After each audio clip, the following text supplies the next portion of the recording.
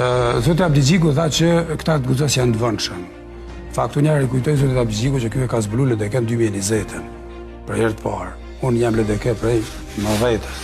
Në kryetari LDK-s e avancon, e propozon si program, si synim qeverisës, nëse këta vinë pushtet, rikthimin e verët aty ku ka qenë. Kjo është totalisht e papranueshme. Për mua është tradhti kombëtare. Ky është nis me humb, edhe unë e përshëndes energjinë e tij për këtë garë drejt humbjes. Ju qytetarë dashur, duheni absolutisht me votu Nini Gjashin, e mos me votu këta që nisën drejt humbjes me vullnet e me energji. Zotë Abdigjiku tha që këta të guxos janë të vëndshëm.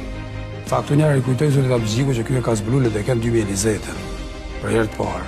Unë jam LDK prej 90-ës. Edhe personalisht i ka mush librezat e LDK-s për gjysmën e Jonikut. Ato të kafta që kanë qenë. Si djeqarë, 12 djeqarë. Kështu që unë jam LDK, kam qenë LDK me frym, me atë rrugovizmi. Ibrahim Rugova ma ka dhuru vullin e vetë prezidenciale personalisht, 2004. Dhe unë e di çka është LDK-ja për një me.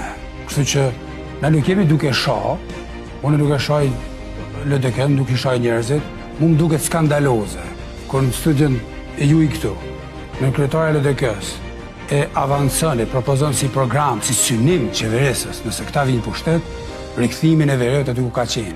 Kjo është totalisht e papranueshme. Për mua është tradhti kombëtare. Një politikan...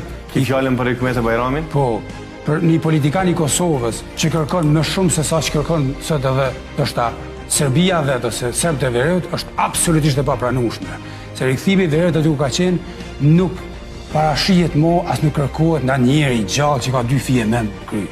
Kështu që Lumir Abdigjiku, ky është nis me humb, edhe unë e përshëndes energjinë e tij për këtë garë drejt humbjes, dhe ky e din që tash që ka me dal i treti, unë i ftoj njerëzit e Kosovës, votuesit e Kosovës këtu e jashtë, që mos t'i harxojnë votat, mos t'i çojnë votat dëm, se është sikur me vu bast për atë ekipin për cilin ti e di që ka me humbë.